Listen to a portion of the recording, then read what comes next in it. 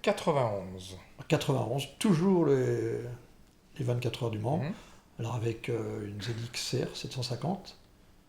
Et c'était les premières motos, non les Stinger, ça c'était les Stinger à l'époque, hein. Avec je reconnais le gros, on soudait sur le réservoir des ouvertures de camions pour faire des remplissages. Ah oui. Carrément, on faisait ça avec des seaux, des brocs, parce que c'était le système qui allait le plus vite avec des espèces de cônes. On faisait les remplissages très très rapidement avec ça. D'accord. Donc on soudait une ouverture de camion sur le milieu des réservoirs. Ah, c'était archaïque, hein, c'était les balbutiements de l'endurance. Ah ouais. Enfin, pas les balbutiements, mais on avait le droit de faire ça à Ouais, l'époque, quoi. ouais. Hein. C'est réglementé après. Toujours en 91. Alors les pilotes, je me souviens plus, j'ai la liste des pilotes. Pourtant je me suis recherché la liste de tous les pilotes que j'ai eus, parce que c'est vrai que c'était quand même assez sympa de refaire tout ça. Il y a eu plein de pilotes un peu sympas. Alors là, 94, et là, ça commence à être gros, puisque c'est la moto, je pense, c'est la moto avec laquelle on va gagner la catégorie Stock Sport, en D'accord. 94. Donc, vainqueur en Stockport, Ah oui, 94. la première belle victoire en endurance. Avec Philippe Debé à l'époque, Didier Beauvais et Frédéric Sinati. D'accord. Oui, là c'est Philippe Debé là, qu'on voit d'ailleurs, qui allait prendre le départ. Avec qui je faisais déjà le championnat de France Promosport 750, Philippe. Ah. Là ça doit être Frédéric Sinati, là sur la moto, là, oui. Un ravitaillement. Là, toujours la moto de 94. Donc, belle victoire. Ah oui, une belle victoire. Et là, donc, l'année d'après, on roule en 600 Super Sport. Il y a Marc Granier, Frédéric Sinati toujours, et l'autre, je ne me rappelle plus non plus. J'aurais dû prendre la liste des pilotes, parce que je l'ai quand même, la liste.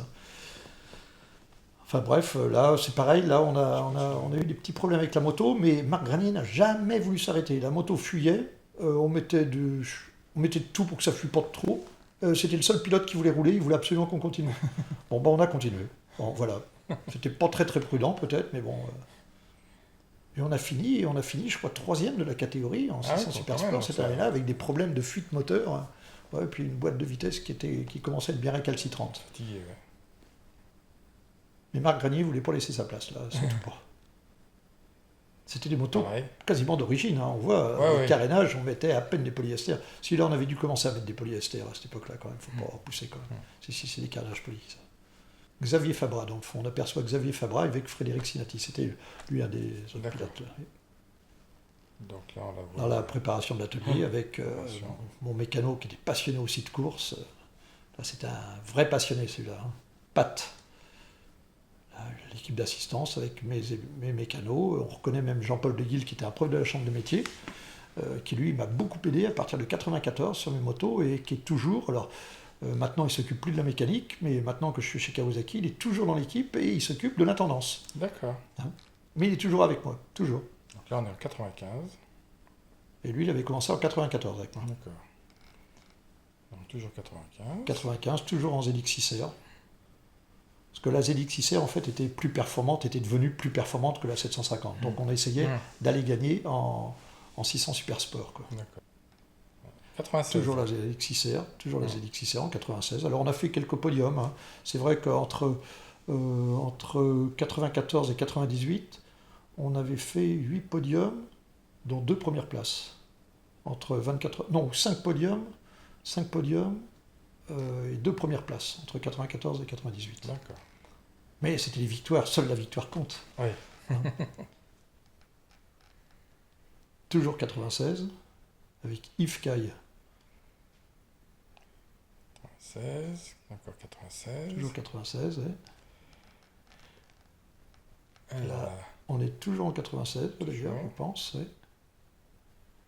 Et là, David Morillon, avec un autre pilote de notoriété, puisque c'est...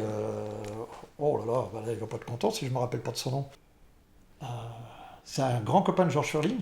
Alors, une particularité de ce pilote-là, c'est qu'il avait réussi à traverser Dunlop. Il s'était loupé à l'entrée de Dunlop. D'habitude, dans Dunlop, quand on traversait Dunlop, on tombait dans les graviers. Lui dit, j'ai remis gosse, puis c'est passé. Voilà. Parce que c'était un pilote habitué au supermoteur, et il a fait ça d'une façon exceptionnelle. Donc je crois que le nom du pilote t'est revenu Voilà, subitement. Gilles Salvador. Bah oui, Ouais, Gilles voilà. quand même. Hein. Gilles Salvador, c'est vrai très connu Ah oui, dans le monde du supermoteur, Ouais, c'est ouais. clair. Très très connu. Gilles Salvador. Gilles Salvador et David Morillon, donc on a fait 2 saisons ensemble, 96 et 97. Hein. Alors Gilles, c'était vraiment ses tout débuts en vitesse. Il n'avait pas fait de moto de D'accord. vitesse avant, mais c'était un pilote vraiment très polyvalent qui savait tout faire. Et il allait très très bien, sur circuit, il allait très très bien d'ailleurs. Hein. Donc on avait remarqué aussi, c'est ce que je disais, Ouais, les bouts de scotch américains sur les combinaisons, parce qu'il fallait enlever les sponsors qui étaient pas avec nous. Et alors donc, c'était le premier poste que je distribuais. À chaque fois, je prévoyais toujours un poste pour faire des combinaisons de pilotes personnalisées. C'était la première ligne que je supprimais à chaque fois parce qu'on n'avait pas les sous pour pouvoir faire des combinaisons. Et voilà. Alors, on engageait les motos, puis après on essayait de faire au mieux. Quoi. Mais c'est vrai que c'était une époque où on n'avait pas toujours le plus belle esthétique au niveau des combinaisons de pilotes. Donc là, on est en 97. 97, alors bah, toujours Yves Caille, puis Gilles Salvador sur la moto. 97 Toujours toujours. la même. Ouais. 98. Et là, 98. Alors là, une nouvelle victoire en 600 Super Sport cette année-là. Donc, belle victoire. 600. Une belle victoire en 600 en 98. En 600, alors les pilotes, j'ai ressorti une petite liste parce que j'avais du mal. Fabien Herforn, Stéphane Neff et David Morillon. D'accord, toujours avec David. Alors Stéphane Neff, qui était à l'époque déjà champion de France Super Stock, Oui. qui déjà roulait fort. Et d'ailleurs, qui continue de rouler, et je vais peut-être le voir le week-end prochain, parce qu'il roule au Mans en senior maintenant, Promo Sport senior. Ah il, oui. a repris le guidon et il va très très bien. Je crois qu'il est en tête du championnat pour l'instant. D'accord. Donc je l'ai fait rouler en 98 et là en 2018 il est en train de faire le championnat senior. Bravo à lui. Ouais, bien. Donc 98 toujours. 98, toujours le même pilote. ouais. David Morillon. Là. Ouais. Là, un ravitaillement. Et Et là, voilà, le podium. Le beau podium. Le joli podium. Donc première place, sur la plus haute marche du podium. C'est toujours des moments forts, ça, ces catégories-là, où on va gagner une catégorie, c'est toujours fort. Ouais. Voilà, on a même fait une petite plaquette qu'on a envoyée à tous nos clients. Voilà. Donc là, ça part avec une ZX9R et il y a Gérard Jolivet qui revient dans l'équipe. Gérard D'accord. Jolivet qui nous avait un petit peu quitté, il y a Gérard Jolivet qui roule avec nous, il y a, là j'aperçois Stéphane Neff aussi, et il y a Thierry Tracan aussi qui a roulé avec nous. Ah oui. Pas cette année-là, 99, je reprends mon petit listing parce que c'est vrai que Pascal Lagamme, D'accord. non 99, Fabien Herforn, Stéphane Neff et Gérard Jolivet. Voilà, c'était ça les 3 pilotes aux 24 heures du Mans. Ah oui, parce qu'entre le Mans, Spa et le Boulder, il y a une année, on a été même roulé à Spa. C'était en 99, justement. Voilà. Alors, le petit logo Scratch Moto qui a servi Ouais. de nombreuses années, le panneau d'arrêt. Ah. Gérard Jolivet, avec son casque casque. reconnaissable. Alors là, ça y est, il avait son y est. casque de footballeur, là, parce qu'en fait, il était aidé par le club de foot du De Mans. Nantes. Ah ouais. De Nantes, oui, pardon. Ouais, C'est Nantes, ouais. ouais. Les Canaries. Voilà. Donc Toujours là, Gérard Jolivet. 99. Hein. Alors Voilà, là, c'était la deuxième moto que j'aidais en fait. Et en fait, c'était au Boulder, cette moto-là. Et on reconnaît dessus Nicolas de Dieuleveux, qui était mon inspecteur commercial chez Kawasaki, qui roulait en moto, qui m'avait dit, écoute Michel, si tu pouvais nous aider et tout. Alors j'avais décidé de leur prêter une moto. D'accord. Et ils se préparaient cette moto-là. D'accord. Ça, je sais pas. Alors Emmanuel Labussière et le troisième pilote, c'est, je reprends la petite liste, François Gilles, Nicolas de Dieuleveux et Emmanuel Labussière. D'accord. Et pour la petite histoire, cette moto-là, à l'époque, était préparée par Sylvain Loumet, qui est devenu le patron d'Akira. Et à l'époque, il travaillait à Magny-Cours, dans une boîte avec Emmanuel Labussière. Et c'était D'accord. lui qui, à l'époque, préparait les motos de cette deuxième équipe. Ok. Là, ça a été l'épopée Aprilia. Ouais, je ne reconnaissais pas, là, tu vois. Ah oui, alors en fait, Aprilia avait sorti une moto qui était assez performante en 98 ou 99. Attendez, tac, je regarde ma petite liste aussi. Oh, décidément, ma petite liste m'aide bien. C'était en 99 qu'elle est sortie cette Aprilia-là. Et donc, j'étais toujours concessionnaire Kawasaki, et aussi Aprilia. On en a engagé une en 99, mais en le faisant discrètement, en mettant une moto dans un autre team. Ah oui. Mais on faisait déjà rouler une 600 Super Sport avec Nicolas de Dieuleveux, la 900 en stock sport avec mon team complet, et l'Aprilia dans un team parallèle aussi. Ah bah, géant, hein. Et en fait, la moto a fini, et relativement bien fini, alors que c'est une équipe de petit niveau. Mais enfin, il s'était fait plaisir, mais la moto avait été jusqu'au bout. Donc l'année d'après, j'ai négocié chez Aprilia. J'aurais dit, bah écoutez, vous avez vu, on a pu faire rouler une RSV. La première année qu'elle était sortie, on l'a fait rouler, on n'a pas eu de problème, ça s'est bien passé. Est-ce qu'on n'engagerait pas une moto officielle l'année d'après? Alors j'ai eu une moto officielle pour l'année d'après, une Aprilia. C'est là que j'ai un petit peu chanté Kawasaki, c'était la seule fois. Et ça s'est pas bien passé la deuxième année. Bref, mais bon, c'était une expérience. Ça a été un peu compliqué au niveau du règlement parce que la moto n'a été homologuée qu'au tout dernier moment. On avait normalement une version R qui devait être homologuée, qui n'a pas été homologuée. Enfin bref, ça a été très très compliqué et on a préparé une moto vraiment au tout dernier moment pour faire ces 24 heures. Donc là, grosse opération médiatique. Ah oui, chez Kawasaki, en fait, chez Kawasaki, on avait la ZX9R qui était vieillissante un petit peu et on n'avait plus de moto qui était très très performante. Donc l'année d'avant, j'avais déjà eu une idée, c'était d'engager la ZX12 en catégorie open, puisqu'elle ne répondait pas au règlement complet, puisqu'elle faisait plus de 1000 cm3, mais en catégorie open, on pouvait faire un petit peu ce qu'on voulait. Donc j'avais eu cette idée-là déjà en 2000 et je ne l'avais pas faite. Et en 2001, Kawasaki décide d'arrêter la compétition. Et il y avait des motos qui étaient prêtes chez Kawasaki. Et donc là, je me dis, tiens, je vais appeler Christian Bourgeois, je vais lui en parler. Je vais dire, bah, écoute, je récupère les motos d'endurance de chez Kawasaki et puis je les fais rouler. Je l'appelle, il me dit, ah non, impossible, les motos restent sous Bosch, on ne peut pas les utiliser, rien. Mais il dit, non, tu m'avais pas parlé que tu avais un projet de faire rouler une ZX12. Il dit, si tu veux, je peux t'aider là-dessus. Et je peux te prêter plein de matériel, des motos de Superbike qui nous servaient à faire de l'endurance avant. D'accord. Et donc je me suis rapproché de lui. Mon fils, qui venait de rentrer aux arrêts métiers à Angers, s'est mis sur le projet aussi. Et ils ont été adaptés, la ZX12, une ZX12 standard, avec les pièces des motos d'endurance, les 750 qui étaient des vraies motos de course à cette époque-là. Et on a adapté un maximum de pièces dessus, le bras oscillant, la fourche, les gros freins.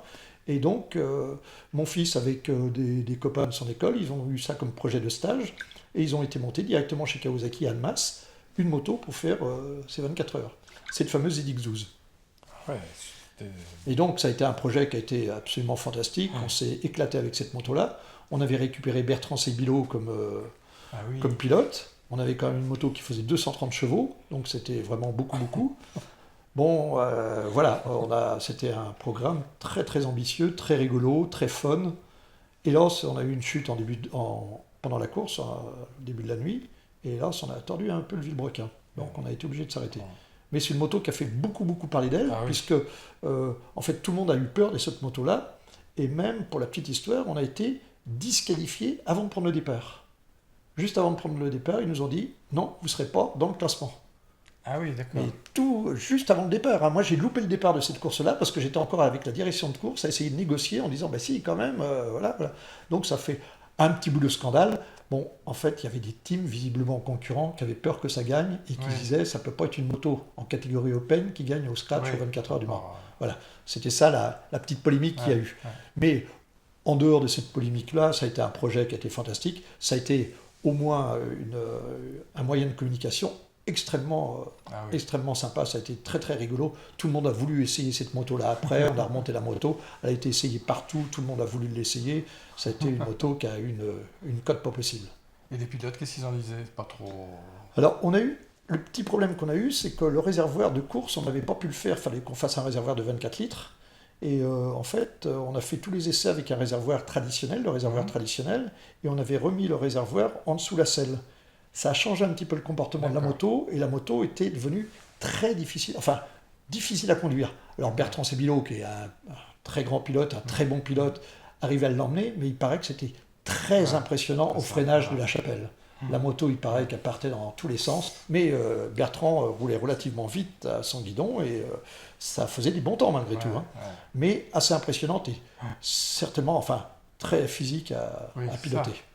Pas physique, ouais. Ouais, il y a de la com là-dessus, hein. Ah bah là, on a eu énormément de com. La naissance d'un monstre. Le pari de Michel Aubois. Ouais, ouais, bah c'est vrai que là, c'était quelque chose de vraiment extraordinaire et ça a été un défi, c'était un challenge, c'était quelque chose de très très fun, qu'il faut reconnaître. Ouais, C'est dommage, le résultat, il n'a pas suivi. Il en faut, hein, la machine interdite. Bah, ça a fait tellement parler, au moins cette moto a fait parler, quoi. Ouais. Là, c'est mon ami Patrick Massiot qui avait fait des essais dans les journaux dont il était D'accord. journaliste à l'époque. Ouais. Toujours une petite pensée pour mon ami Patrick. Ouais. On va évoquer certains amis disparus, donc c'est vrai qu'il y a Patrick. Ouais, il en fait partie. Ouais. Voilà, les essais de presse. Massiot, ouais.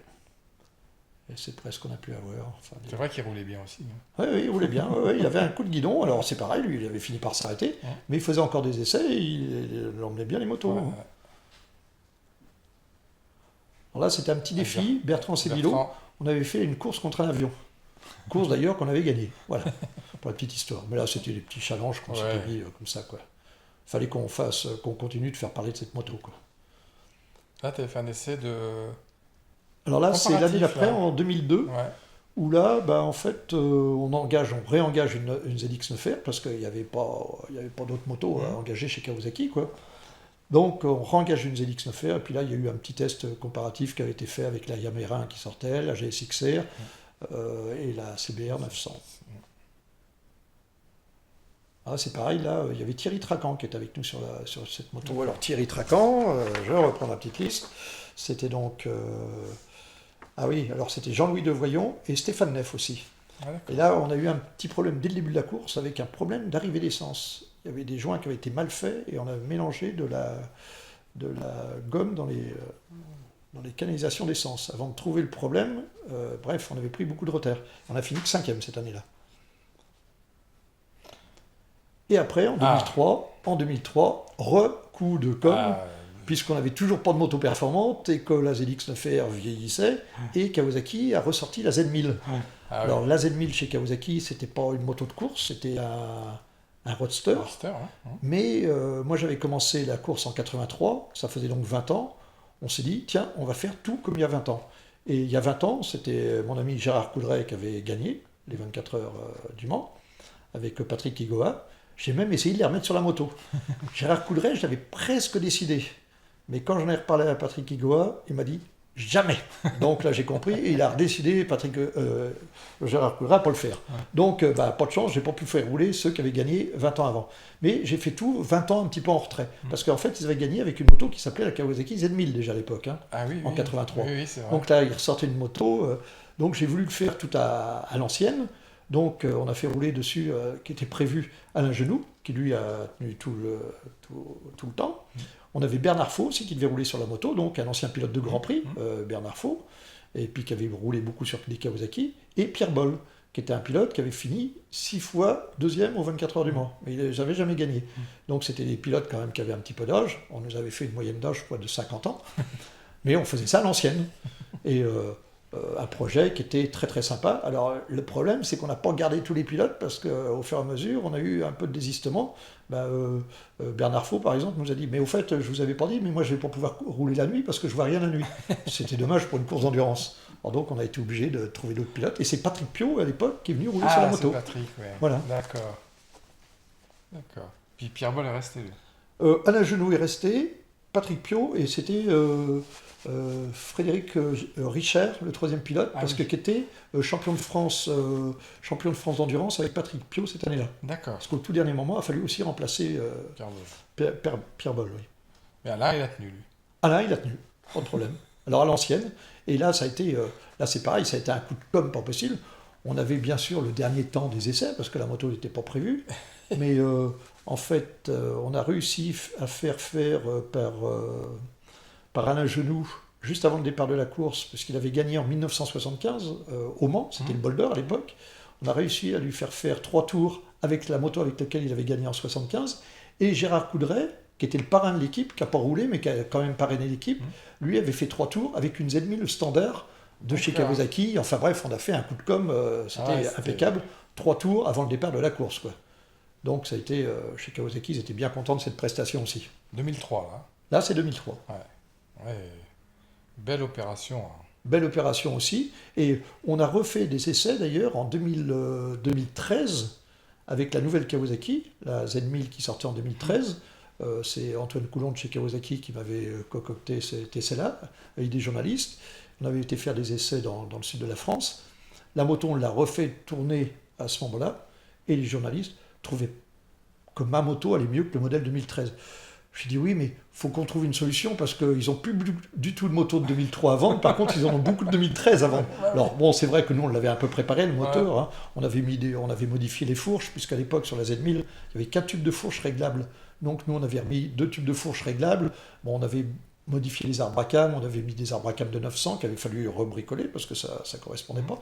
Enfin bref, on lui avait mis un petit peu de chevaux quand même si elle allait pas très très vite, on l'avait un petit peu augmenté. Hein. Par contre, je me souviens, Alain avait dit quand même que le petit carnet, c'était quand même fatigant. C'était toujours ça, non? Oui, c'était fatigant, mais pas ce qu'ils avaient pensé, parce qu'en fait, la particularité, c'est qu'ils avaient une position beaucoup plus droite. Alors, c'est vrai qu'Alain, qu'on lui faisait un petit peu à l'ancienne, sans se déhancher, on voyait bien sur les photos, il restait toujours sur la moto, que Patrick Piot se déhanchait, mais Patrick disait que ça le fatiguait moins, pour un peu, que les motos d'endurance où il était tout le temps couché. Alors donc, parce qu'ils ont fait quand même la course à deux, parce qu'il y en a un qui s'est cassé la clavicule en début de nuit. Alors donc, ils ont fait la course à deux, et on a gagné en Bilopen. Ouais, d'un coup, bah oui. Donc on a gagné une nouvelle catégorie encore aux 24 heures du Mans. Exact. Voilà. Ouais, c'était... tous ceux qui s'en souviennent, c'était fabuleux ça. Ah bah là, disons, le souvenir que j'en ai, c'est que donc on a pris le départ, donc la dernière place sur la grille de départ, et la moto, ils ont mis 12 tours, les premiers à revenir sur la moto. Et au premier tour où la Kawasaki, enfin la Z1000 est passée, dans les tribunes, tout le monde s'est mis debout en criant un petit peu après la Z1000. Bon, debout, mais sans plus. Deuxième tour, debout en criant très fort. Et ça pendant 12 tours, jusqu'à ce qu'ils se fassent rattraper par les premiers. Et en fait, c'était vraiment de l'hystérie, et on pensait que c'était que dans les tribunes, mais on a su après que c'était tout le long du circuit. Dès que la Z1000 arrivait, tout le monde se... Voilà, c'était la chouchoute. La moto chouchoute de l'année. Et ça a eu une cote pas possible. Et les concessionnaires m'en ont souvent parlé en me disant tu nous as vraiment aidé à lancer ce modèle-là. Et c'était le renouveau un petit peu de Kawasaki, puisque Kawasaki était dans un creux de vague. Il faut quand même reconnaître à cette époque-là, la Z1000 nous a fait beaucoup de bien. J'espère y avoir un petit peu contribué, et pas comme moi, c'est une très très bonne moto de base. Enfin, disons, ça a été une petite renaissance de Kawasaki. Justement, on en parlera, mais on fera une parenthèse 2003, sortie de la Z1000. On fera une parenthèse tout à l'heure sur le mototour, puisqu'en 2003, il y a eu le premier mototour qu'organisait Éric De Seine et Marc Fontan. Oui. Et puis, donc, on a fait l'assistance d'un pilote qui est Bruno Bonnuy, notre ami. C'est ça. Et qui aussi courait sur la Z1000. Donc, c'est vrai que la Z1000, par bien des côtés... relancer l'activité Kawasaki. Bien, ça c'est clair. Parce que c'était une fabuleuse moto. C'est une très très bonne moto. Donc ça, on va parler tout à l'heure du mototour. On va faire une parenthèse tout à l'heure. Et là, on se retrouve avec, je vois Patrick Piot, en 2004, alors, la sortie de la Z1000 en 2003 et la sortie de la ZX10 en 2004. Alors c'est pareil, c'était vraiment le renouveau, c'était une vraie moto de course. Là, c'était une vraie bonne base, quoi, disons. Ça changeait un petit peu de la ZX9R, quoi. Et là, donc, Kawasaki m'a beaucoup aidé aussi à cette époque-là, puisque Kawasaki, il y avait une structure ART qui s'occupait de la moto officielle, et Christian Bourgeois qui s'occupait de l'Europe avant avec le championnat Super Sport mondial, faisait du développement pour la Z1000. Et à l'époque, il m'a beaucoup aidé pour faire des motos performantes en utilisant des pièces qui développaient un petit peu. Donc c'est ça aussi qui m'a permis de récupérer des très très bons pilotes, puisque là on reconnaît Bertrand Sébillot, Patrick Piot et Jean Dorgex. Donc des anciens pilotes Kawasaki pour Bertrand et Géant, et puis Patrick Piot qui allait devenir après pilote Kawasaki, puisqu'il est venu avec moi chez Kawasaki quand je suis rentré chez Kawasaki. Donc là, après au départ de la course, avec Jean Dorgex.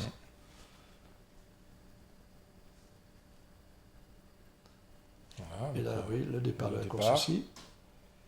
Là, Jean Dorgex qui monte sur la moto. Hélas, cette course-là, on aurait eu un petit problème, puisque la moto avait un petit problème presque chronique, qu'on a découvert parce que elle était toute neuve, elle venait de sortir, la moto, on n'avait pas fait beaucoup de tests avec, et on avait des petits problèmes d'alternateur sur cette moto. Et on a eu un problème d'alternateur sur cette moto-là assez tôt dans la course, on a fait 4-5 heures de course, je crois. Donc là, ravitaillement, changement des pneus, mettre des pneus pluie, parce que là, visiblement, Ça commence à se ouais, mouiller. ouais, ça mouille. Voilà, la même équipe, Toujours géant. toujours géant. Ouais, C'est 2004. toujours 2004, là, 2004. oui, on est toujours en 2004. Ouais, Jean Dorgex, Ouais, qui toujours. faisait avec nous le championnat de France aussi. Bertrand Sébillot, là. Ouais. Ouais. Ah, Et là, l'équipe de 2005. Alors l'équipe de 2005, C'est David, Sébastien Darosa, ouais. Anthony Delal Ah, oui. Puis, et Frédéric Moreira. Frédéric Moreira. Hein. Alors là, D'accord. ça a été une très très belle course. On a fait une très très belle course avec ces 3 pilotes, là, puisqu'on a été en tête de toutes les catégories, de tous les essais, libres, qualifs, essais de nuit. On a été en tête de notre catégorie pendant 23h20, c'est dommage. Et on a cassé un roulement de boîte à 40 minutes de la fin. Donc on a fait vraiment le dernier tour pour le dernier tour, et en faisant 40 minutes de moins de course. Et on finit malgré tout sur le podium. On finit 8e au scratch et 3e en stock sport. C'est bête, ouais. Mais c'est la course qu'on a un peu loupée. On était vraiment dépité parce qu'on avait fait une course exceptionnelle. On était 5e au scratch et avec 40 minutes de moins de course, on finit quand même 3e en stock sport. Ah ouais. Mais c'est la seule catégorie que j'ai pas gagnée aux 24 heures et ça a été une des plus belles courses qu'on ait faites. Ouais. Voilà. Mais ce qui compte, c'est la 24e heure. C'est Voilà. sûr. Jusqu'au bout. Hein. Jusqu'au bout. Là, on voit d'ailleurs le. Voilà, là c'est la grille de départ. Là, on avait le 5e temps sur la grille de départ. Ah, Et c'est en beau, fait- quand même, hein. Et en fait, alors oui, devant la Yamaha officielle, le GMT, les Suzuki officiels, la Kawasaki officielle, et voilà quoi. Toi, t'arrives juste derrière. Ah ouais. Chapeau. Et les photos qui vont venir d'ailleurs, c'est le départ en tête. Ah oui, je me Le souviens. départ en tête. Bah oui, oui, oui. Oui. Fred Borera qui a fait un départ Ah oui. exceptionnel Un devant shot, toutes les motos officielles. Là. Ouais. Alors à chaque fois, on voit la 11, la 94, la 1, la Ouais. 2. Enfin, on voit tout le monde derrière la Ouais. 49. Donc là, ces photos-là, je les trouve vraiment Ouais. superbes. Et j'avais Ouais. un copain qui était juste à la sortie de Dallop, qui a fait donc toutes ces photos au moteur. C'est très très beau. Ah ouais. Alors Elance, il n'a pas fait le premier tour en tête, il est passé deuxième au premier tour. Il y avait, c'était une Kawasaki quand même, c'était Julien Dacosta sur la Kawasaki qui Qui a était réussi à passé en le tête. repasser, Ouais. ouais. Enfin, il a fait les 3 quarts du tour en Regarde tête. ça, elle est belle. Hein. Ah ouais. Elles sont Ah ouais. belles. Ah ouais. Le départ. Tu devais.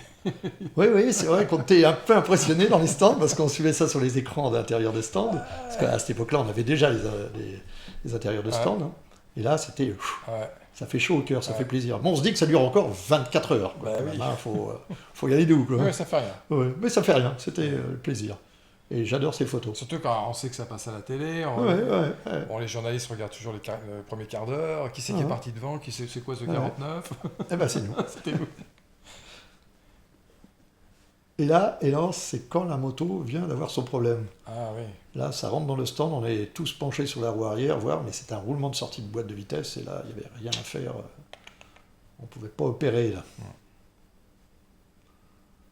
Et donc là, ça commence, l'histoire Kawasaki arrive. Puisque 2005, j'ai vendu mon affaire fin 2005. D'accord. Et après, je voulais monter ma structure de compétition. Et en fait, Christian Bourgeois, quand il a su ça, m'a appelé, m'a proposé éventuellement de le rejoindre, parce que lui remontait en interne chez Kawasaki une structure. Et donc, j'ai dit oui, ok, pourquoi pas. Donc, j'ai amené avec moi Patrick Piot, qui a le petit badge Scratch Moto d'ailleurs, sa combinaison.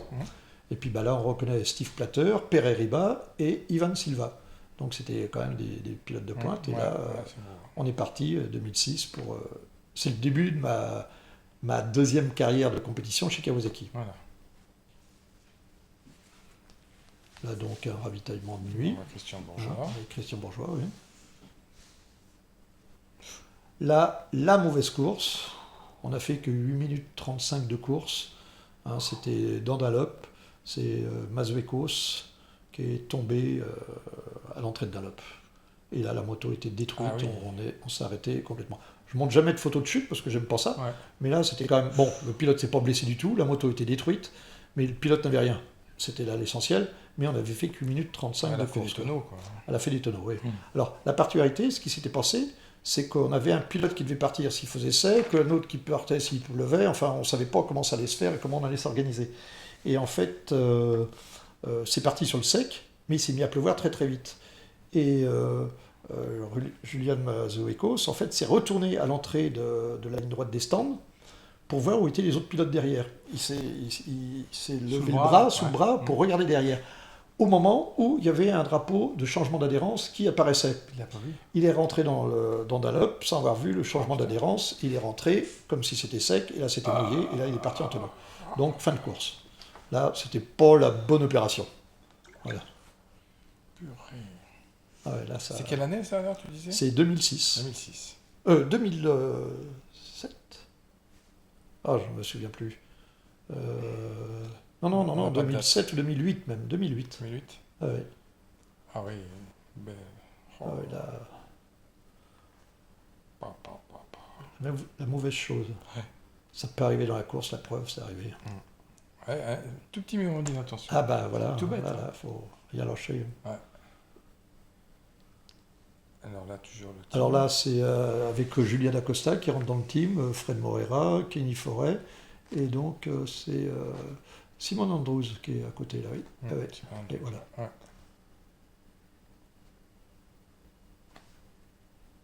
Ah donc bon, là on continue sur ces années-là. Alors là, c'est les années Kawasaki un petit peu, avec Là, c'est vraiment une plus grosse structure, une plus grosse organisation, quoi. Ouais.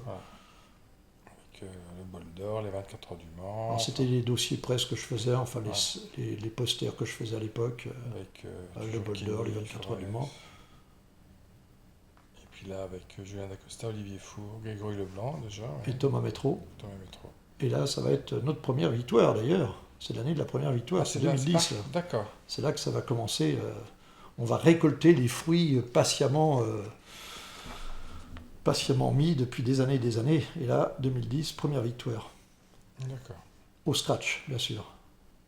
Avec les 4 pilotes, là. Bon, Thomas Métro qui n'a pas roulé, mais Grégory Leblanc, Julien Dacosta et Olivier Four.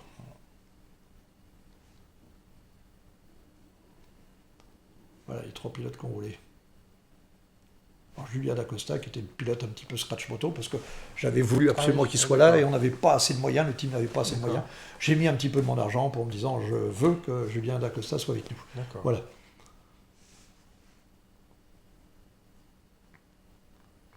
Donc c'est toujours la même chose. C'est toujours la même équipe, oui, avec la première victoire que là, voilà. On va aller attaquer pour gagner. Julien Dacosta sur la moto. Ouais. Le petit dossier presse que je faisais à l'époque. Présentation de la moto, présentation des pilotes. Ouais, tout ça, d'accord. Et là, la photo que je trouve très très très belle, c'est la première victoire aux 24 heures du Mans. 24 heures de bonheur, et c'est vrai que ça a été 24 heures de bonheur. On pourrait presque dire 25 ou 26, parce que la dernière heure, elle a duré très longtemps. La dernière heure, on ne la voyait pas passer. Je me disais, mais c'est pas possible, il faut qu'on l'ait cette victoire, il faut qu'on l'ait. Mais qu'est-ce que c'était long. Oh là là. La dernière heure des 24 heures du Mans 2010. Ça paraît une éternité. Ça paraît une éternité. Ah, je la voulais cette victoire. Hein. On l'a eu. Voilà, c'est ce qui compte. Ouais, c'est ce qui compte. Alors, il y a eu quelques articles de presse. Après, les journalistes m'ont même appelé. Voilà. L'homme a tout bien fait. Bravo. Quelques pièces mécaniques. C'était une belle moto déjà à cette époque-là. Ouais, très belle pièce. Kawasaki. Alors, on continue sur le bol d'or. d'or. Et là, on commence à gagner vraiment des courses. Hein. Le bol d'or, on finit 2 ou 3 là. Après les 24 heures, l'année d'après, on regagne. Enfin, 2010, 2011, 2012, 3 victoires d'affilée chez Kawasaki. Et fin 2012, je décide d'arrêter parce que voilà, quoi, je disais qu'il fallait s'arrêter. Victoire aux 24 heures du Mans, victoire au bol d'or. On était champion de France en super sport et on était en champion de France en superbike. Donc je me suis dit que c'était le bon moment de s'arrêter. Voilà. Et puis, ça faisait 40 ans. Commencé en 2012. Donc voilà. On était, commencé en 72, on était en 2012. 40 ans de passion, 40 ans de compétition. Je trouvais que ça pouvait suffire. Ouais, très bien. Bon, j'ai remis ça l'année dernière. Après, je vais voir. Ouais. Voilà.